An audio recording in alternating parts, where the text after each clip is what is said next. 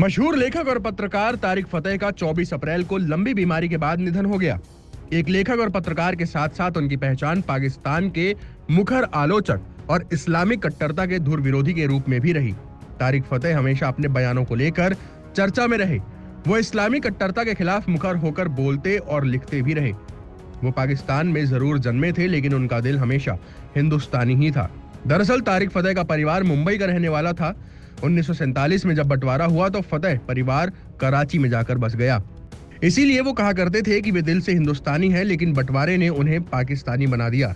शायद इसलिए ही तारिक फतेह का दिल पाकिस्तान से ज्यादा हिंदुस्तान और यहाँ के लोगों के लिए धड़कता था।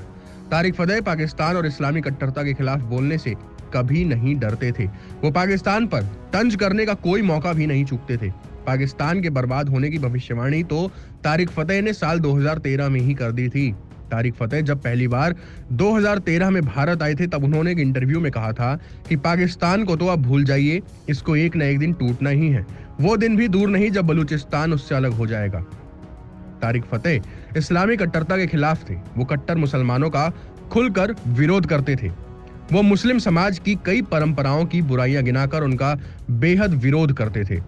मुसलमानों के एक से ज्यादा शादी, बाल विवाह और गैर मुस्लिमों को काफिर कहने जैसी बातों का वो खुलकर विरोध करते रहे, जिस वजह से वो कट्टरपंथी मुसलमानों की आंखों में चुभा करते थे। वो किसी देश के इस्लामीकरण के भी खिलाफ थे। मुसलमानों और इस्लाम के खिलाफ हमेशा बोलने की वजह से उन्हें धमकियां भी मिला करती थी। उनका सिर तन से जुदा करने के फतवे भी मौलानाओं ने जारी किए थे, लेकिन इसके बावजूद तारिक फतेह कभी भी अपने स्टैंड से नहीं हटे।